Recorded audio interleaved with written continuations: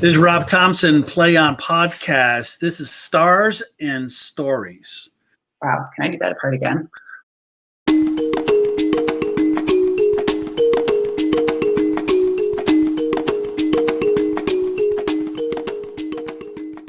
And we have two stars here, Ari and Danie. How you guys doing from BC? Good. Good, thank you. How are you? How'd you come up with the idea, and where did it all start? That's a you question. Yeah, sure. So I was in the summer of 2016. I just finished my first quote-unquote business job doing sales for sponsorship marketing, and I was in business school. I've been playing Ultimate since grade 6, and I was pretty good at Ultimate. And I was just thinking, I don't really want to go back to school. Didn't seem very enticing. And I'm good at Ultimate. I like working with kids. I like working at summer camps. Like, how can I put 2 and 2 together? And it came up with the idea. At the time, it was called Ulti Pros, Ultimate Academy. And the idea was, to run a high school program, an elementary program for Frisbee. And my first job as a founder was to find a co-founder, someone that was not looking 16 like me, and to someone with maybe more of a curriculum and education background, because I could maybe do the business side, but I didn't know how to run actual Frisbee programs. Met Danie, and that's how it started. What'd you think with the first time you met this guy? When you're like, was it on the field or? Yeah, it was on the field. Well, he had messaged me on Facebook, which was very professional, and he asked if I could meet with him and just hear him out a little bit. And so we both had our own practices on adjacent fields. And so he came up to me after the practice and handed me this really poorly formatted Word document about what his goals were with the business.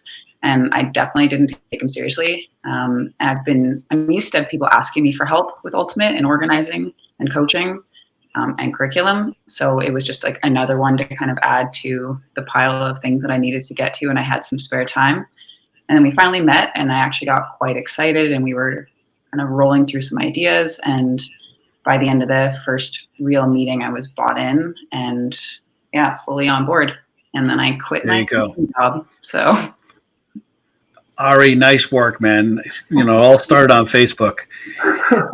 So describe a little bit more about the layers of the business, because I know there's youth, there's high school program, there's a leadership program in there as well, which I think is phenomenal. So could you just talk about those? Yeah, so we say that we provide sport experiences for kids aged 6 to 19, and that's true. So we have a high school academy focusing on high school students that want to make their game better. We're not a team at that level, so they come to us to get better and to meet new people and interact with really high-level coaches. And same thing for a lot of our junior programs. So we do kind of after-school clubs at a particular school. We do PE programs in schools, so we'll do all of their classes for the entire week, exposing tons of kids to the sport. We have summer camps, spring break camps, and then the leadership program, where youth self-identify themselves as people that want to take the next step in leadership and Ultimate and build a community. And we usually have anywhere from 15 to 25 in a cohort every year. And they coach young kids. They talk about equity. They really work on themselves as individuals, and they get to help spread the love of the sport to the younger people. And our kids love them. So it's really fun. That's fantastic. So now you build in a little bit of entrepreneurship program into it. So that's the core of the leadership program? I wouldn't say it's so much entrepreneurship at the moment. So they act as volunteers throughout the year. And so they have to coach a certain amount of elementary programs that we provide them and they sign up for. But maybe 4 of them are currently paid coaches. They graduated through the leadership and training program. And actually, right now we've gotten them to go door knocking. And so they're a little bit entrepreneurial. They're trying to get themselves a summer job because we hired 15 coaches thinking that the summer would totally be normal, and then it didn't turn out normal. And so we kind of motivate them hey, meet your customers, go make some business for your city, because we're in 6 different cities here in Metro Vancouver. So we're giving them a little business.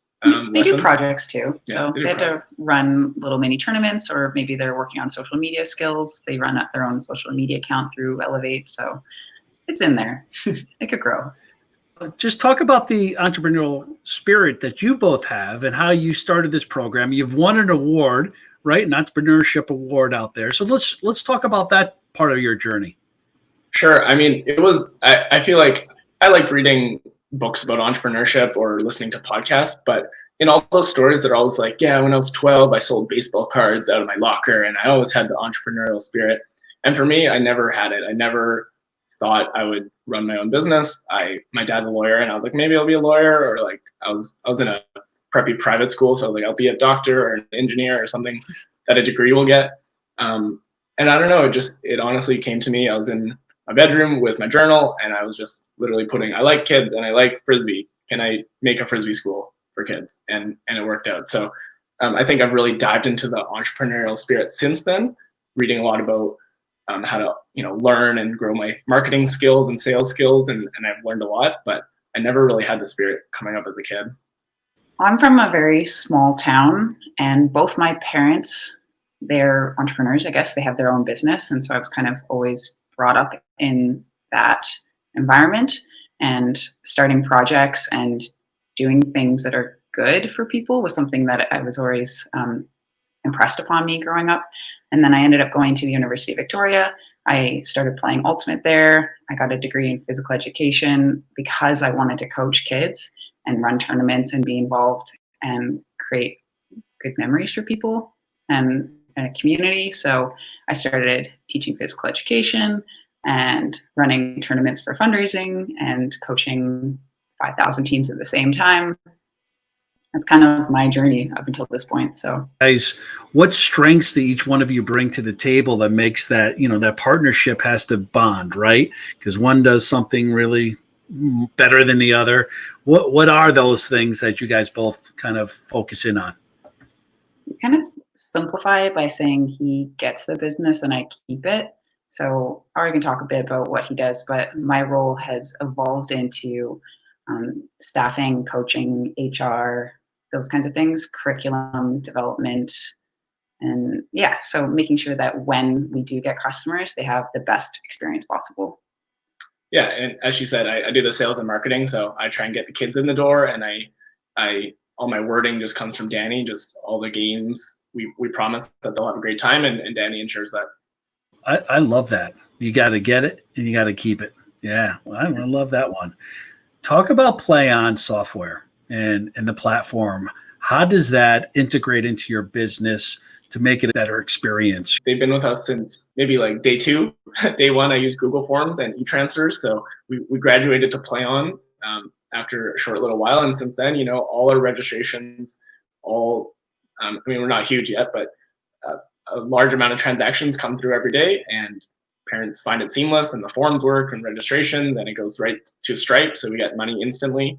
And it's really easy to see who's registered, and the chat, like Sally and Rosie and whoever else is working at Play On, is always available to chat about if parents are having issues or whatever. So it's really easy for me to forward parents along, just be like, hey, like Plan's going to deal with your registration issue, and I don't have to deal with it. So it's been super nice. Let's talk about just who inspires you. I know being an entrepreneur, you guys are just grinding 24/7, right? And it just never ends.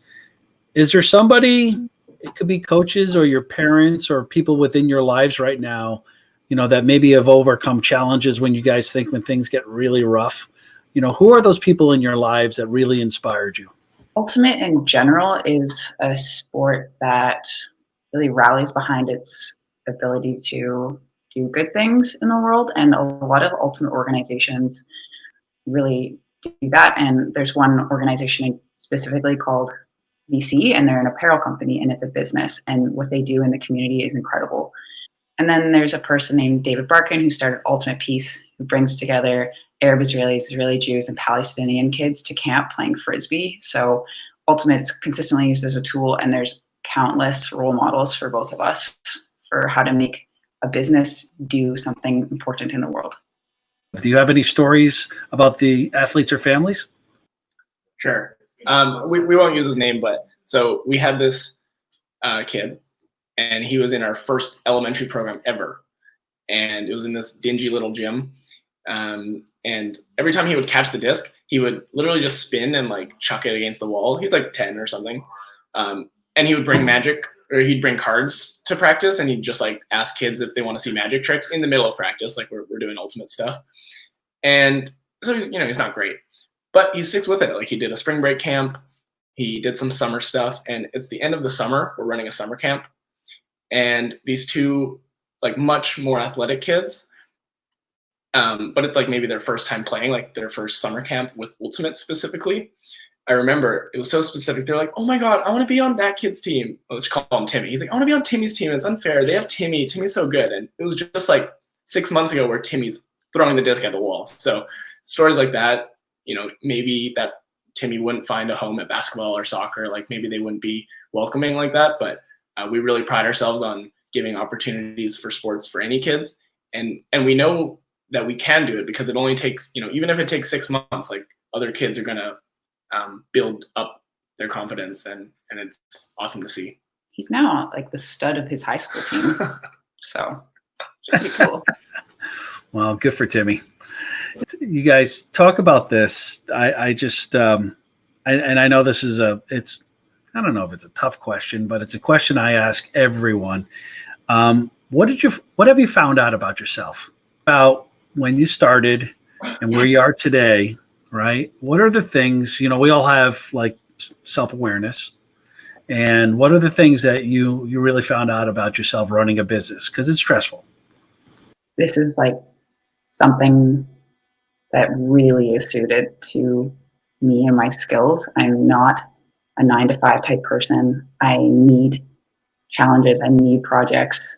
I like having the flexibility and the ability to just decide we want to run a specific program and then just do it. Like we are in charge, and it's really cool, and it's hard, but it's always been fun.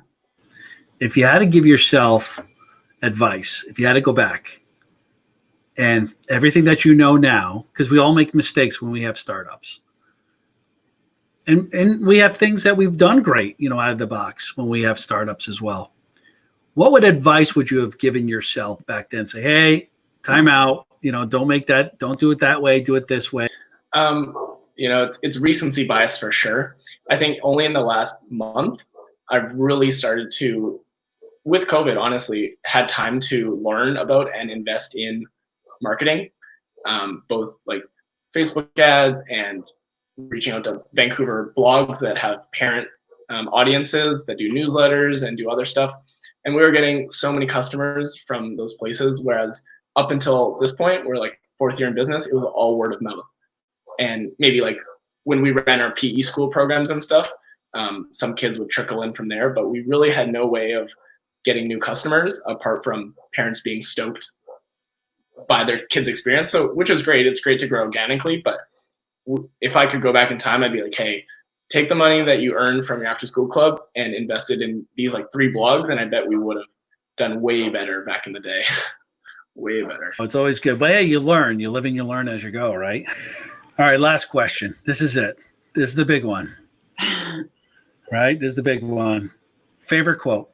What is your favorite quote? That one quote, if you have it on the wall, like Notre Dame football, they'd have that quote, they tap it as they go out. What's your favorite quote? What's that thing that you look at and think about? I always think about never stop starting. And the reason why that's important for me is that every time I'm like, oh, hey, this is chill, I could get used to this lifestyle.